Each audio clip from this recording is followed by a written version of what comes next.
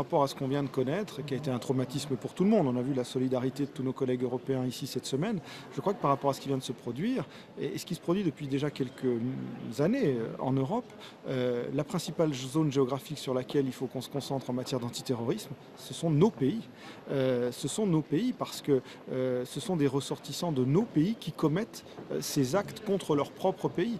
Et donc avant même de regarder à l'extérieur, où il y a évidemment des foyers d'instabilité, des foyers de recrutement et des foyers parfois pour commanditer des actes terroristes, on a un véritable problème à l'intérieur de nos frontières. Donc c'est pour ça que parfois je trouve les débats relatifs à Schengen ou autres un peu déplacés, parce que dans le cas qui nous occupe cette semaine, ce sont des ressortissants français qui ont commis leurs actes terroristes en France avec visiblement une logistique quand même assez sommairement française.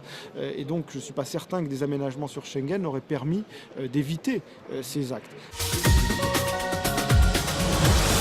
Le recueil du renseignement fonctionne assez bien.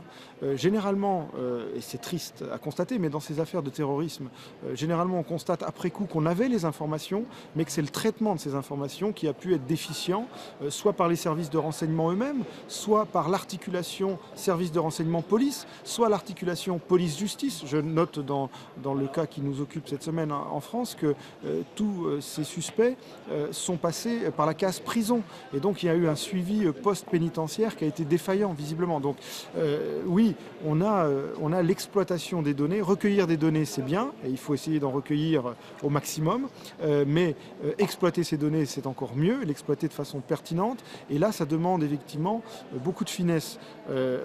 Ça demande des moyens, bien sûr, mais ça demande aussi des moyens, j'allais dire, culturels.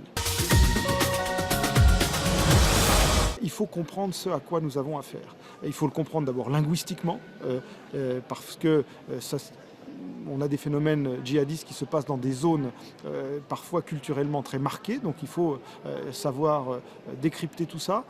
Il faut connaître aussi les ressorts de cette radicalisation, les ressorts de cet embrigadement, les ressorts du prosélytisme religieux qui va maintenant attirer des gens qui seraient, pardonnez-moi l'expression, des criminels ordinaires et qui deviennent des terroristes fanatiques.